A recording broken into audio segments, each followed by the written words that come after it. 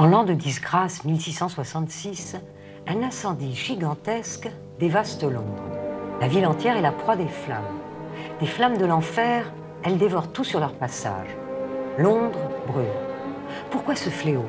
Pourquoi ce nouveau châtiment quelques mois seulement après la Grande Peste qui fit des morts par dizaines de milliers? Pour les évêques anglicans, tout est clair, tout est punition divine. Et si Dieu châtie de cette manière Londres et tous les Londoniens, c'est de la faute d'un seul homme, de lui, Thomas Hobbes, l'athée, le matérialiste, l'hérétique. Celui qui, de la montagne du diable, aurait observé les actions des hommes entre les années 1640 et 1660 en Angleterre, aurait pu contempler le spectacle de toutes les sortes d'injustices et de toutes les formes de folie que le monde put fournir. Thomas Hobbes est né un vendredi saint, le 5 avril 1588, dans une petite ville du Wiltshire. Le père du petit Thomas n'est autre que le vicaire de l'endroit. C'est un homme violent, débauché, joueur. Il finira par abandonner sa famille. Alors le jeune Thomas est recueilli par son oncle Francis. À 14 ans, il va étudier à Oxford, dans un collège puritain.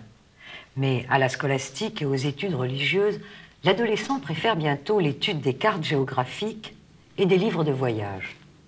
À 20 ans, enfin, accompagné par le futur comte de Devonshire, dont il est devenu le précepteur et qui n'a que 2 ans de moins que lui, Thomas Hobbes part en voyage. On ne saurait mieux connaître une chose qu'en bien considérant celle qui la compose, de même que pour une horloge. Les deux jeunes hommes voyagent pendant 2 ans. Ils parcourent la France et l'Italie. En 1610, à Paris, Thomas Hobbes est particulièrement frappé par un événement qui vient d'avoir lieu, l'assassinat d'Henri IV par Ravaillac.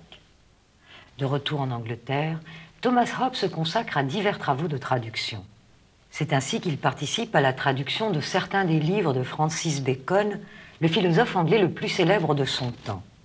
Et puis, Thomas Hobbes achève la traduction de La guerre du Péloponnèse, le livre de Thucydide, un historien grec né 5 siècles avant notre ère.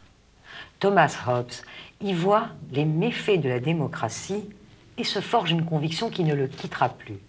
Seule la monarchie est sagesse pour l'État. Dans une monarchie, l'intérêt privé est le même que l'intérêt public. Aucun roi ne peut être riche, glorieux ou en sécurité si ses sujets sont pauvres, exposés au mépris ou affaiblis. Dans une démocratie, en revanche, la prospérité publique n'ajoute pas autant à la fortune privée d'un homme corrompu ou ambitieux que ne le fait bien souvent une recommandation perfide, une action traîtresse, une guerre civile. En 1630, Hobbes s'embarque à nouveau pour le continent. Le voici à Genève. Un jour, dans une bibliothèque, il découvre Les Éléments, la grande œuvre d'Euclide. C'est un véritable choc. Hobbes est ébloui par la méthode démonstrative du géomètre antique. Il rédige sa première œuvre philosophique à l'âge de 42 ans. Cela ne l'empêche pas de continuer à voyager. À Florence, il rencontre Galilée, à Paris, les plus grands savants du moment. Et Hobbes découvre la pensée d'un philosophe déjà célèbre, bien que de 8 ans son cadet, René Descartes. La lumière de l'esprit humain, ce sont des mots clairs, épurés en premier lieu, et purgés de toute ambiguïté par des définitions exactes. La raison en est la marche, l'accroissement de la science en est le chemin, et le bien de l'humanité, l'aboutissement. Pour Thomas Hobbes, tout est corps, tout s'explique par le mouvement, tout est force, quantité de force, rapport de force. La raison n'est que du calcul. Hobbes est donc résolument mécaniste. Son projet est d'appliquer le mécanisme du monde des choses au monde des affections, de la pensée et de l'action des hommes. Son ambition est d'élaborer une science politique comme Galilée a fait une science physique. Je me divertissais à l'étude de la philosophie et prenais plaisir à promener mon esprit par toutes les choses du monde qui me venaient à la pensée. Nous sommes en 1640 et en Angleterre, cette année-là, c'est le début de la Révolution. Une révolution qui va durer 9 ans et qui conduira à l'exécution du roi Charles Ier et à l'avènement de la République de Cromwell. Hobbes, pressé par les événements, rédige à 52 ans son premier texte important. Il y expose sa doctrine de la souveraineté monarchique absolue et indivisible. Un tel manuscrit, vu le contexte politique du moment, n'est pas sans danger pour son auteur. Choisissant la prudence, Hobbes quitte l'Angleterre pour la France. À Paris, Hobbes fréquente les savants. Il étudie l'anatomie, il écrit des traités d'optique. Il rédige les troisièmes objections aux méditations de Descartes. Et surtout, il fait paraître ses deux grandes œuvres, Le Citoyen en 1642 et le célèbre Léviathan en 1651. Hobbes revient à Londres à la fin de cette même année 1651. Certains monarchistes vont s'imaginer qu'il retourne sa veste, qu'il se range du côté de Cromwell. Pour Hobbes, c'est tout simplement que Cromwell est au fond un bon souverain, peu importe qu'il soit roi ou non, puisqu'il a su rétablir la paix et la sécurité. Je ne parle pas des hommes, mais dans l'abstrait, du siège du pouvoir. Hobbes veut reconstituer et fonder philosophiquement l'expérience politique des hommes et non pas militer pour une forme particulière de gouvernement. Pour lui, en matière politique, toute puissance vient de l'homme et non de Dieu. Il convient donc d'étudier l'homme. À partir de cette connaissance mécaniste de l'homme et des institutions, on pourra ensuite se pencher sur la question du droit et de la loi. Étant donné que la vie n'est qu'un mouvement des membres, pourquoi ne dirait-on pas que tous les automates possèdent une vie artificielle? Car qu'est-ce que le cœur, sinon un ressort? Les nerfs, sinon autant de cordons? Les articulations, sinon autant de roues? Le tout donnant le mouvement à l'ensemble du corps, conformément à l'intention de l'artisan. Si c'est cela, la vie, alors l'homme peut imiter Dieu et produire un animal artificiel. Mais il peut encore faire mieux. Comme Dieu a fait l'homme, l'homme peut produire à son tour un homme artificiel. C'est l'art qui crée ce grand Léviathan qu'on appelle République ou État, lequel n'est qu'un homme artificiel pour la défense et protection duquel il a été conçu. Les pactes et conventions ressemblent au fiat ou au faisons l'homme que prononça Dieu lors de la création. L'État est donc une création à partir du néant, une création opérée par l'esprit humain. Hobbes détaille les organes et les fonctions de cet homme artificiel. La souveraineté, c'est une âme artificielle puisqu'elle anime, donne la vie et le mouvement à l'ensemble du corps. Les magistrats et les fonctionnaires sont les articulations.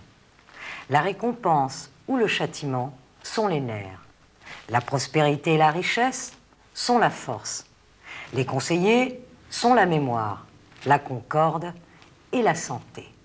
Les troubles civils, la maladie, et la guerre civile, la mort. Comment se constitue cet état? Il faut partir de la nature de l'individu pour le comprendre. L'individu est essentiellement différent des autres animaux. Sans la parole, il n'y aurait pas eu parmi les hommes plus de république, de société, de contrats et de paix que parmi les lions, les ours et les loups. Les animaux utilisent des signes, mais ils n'ont pas de mémoire et n'en tirent pas parti.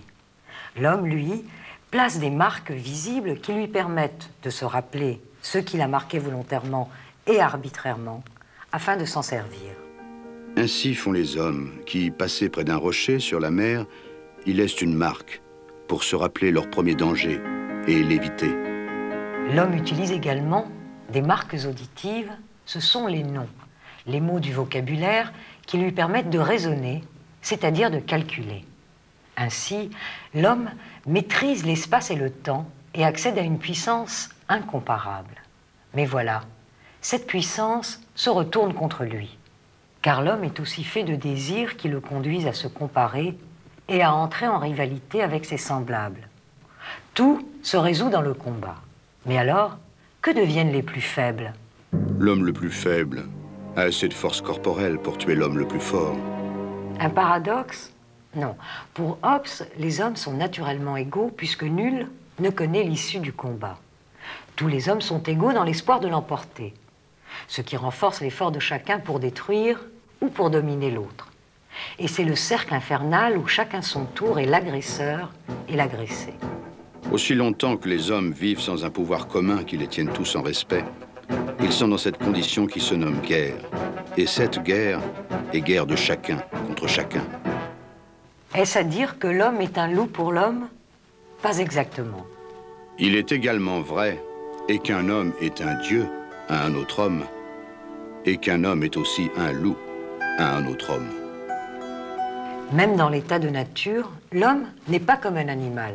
La preuve, les animaux ne sortent pas de cet état de nature, ils s'y trouvent bien, alors que les hommes, eux, ne supportent pas d'y rester et s'en arrachent par un acte volontaire, un pacte.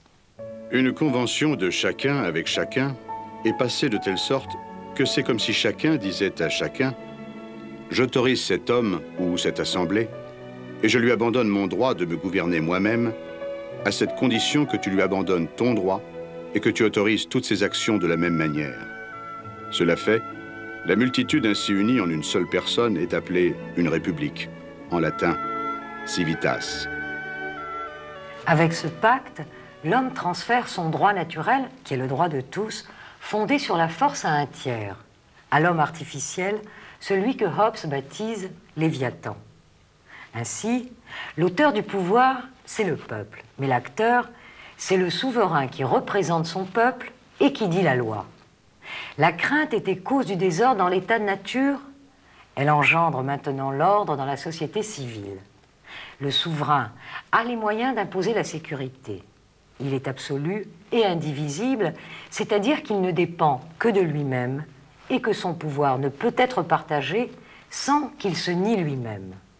Il faut qu'il tienne en ses mains tous les pouvoirs parce que les conventions sans le glaive ne seraient que de vaines paroles. Pactes sans sabre ne sont que palabres. Va-t-il bien agir, ce souverain? Hobbes reconnaît qu'il peut se rencontrer des princes de mauvais naturel. Mais la raison d'être du souverain étant d'assurer la sécurité des citoyens, ses décisions sont indiscutables. C'est l'autorité, non la vérité, qui fait la loi. La liberté des sujets résulte des conventions.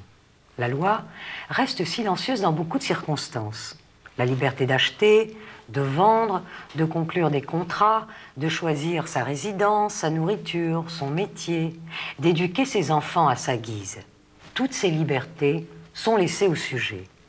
Hobbes ne se fait pas le chantre d'un système qu'on appellerait aujourd'hui totalitaire. Le roi est ce que je nomme le peuple. Installé à Londres jusqu'à sa mort en 1679 et entouré de ses amis, Hobbes vit en père tranquille, comme on dit, même si son œuvre lui vaut de se faire nombre d'ennemis. Des mathématiciens, des physiciens, des théologiens, sans oublier les évêques de l'église anglicane qui le tenaient pour responsable de l'incendie de Londres. Thomas n'en continue pas moins de travailler. À 90 ans, le voici qui se lance, comme au temps de sa jeunesse, dans la traduction de l'Iliade et de l'Odyssée. Tout homme désire ce qui lui paraît bon pour lui et fuit ce qui lui paraît mauvais. Mais ce qu'il fuit le plus, c'est le pire des maux naturels, à savoir la mort.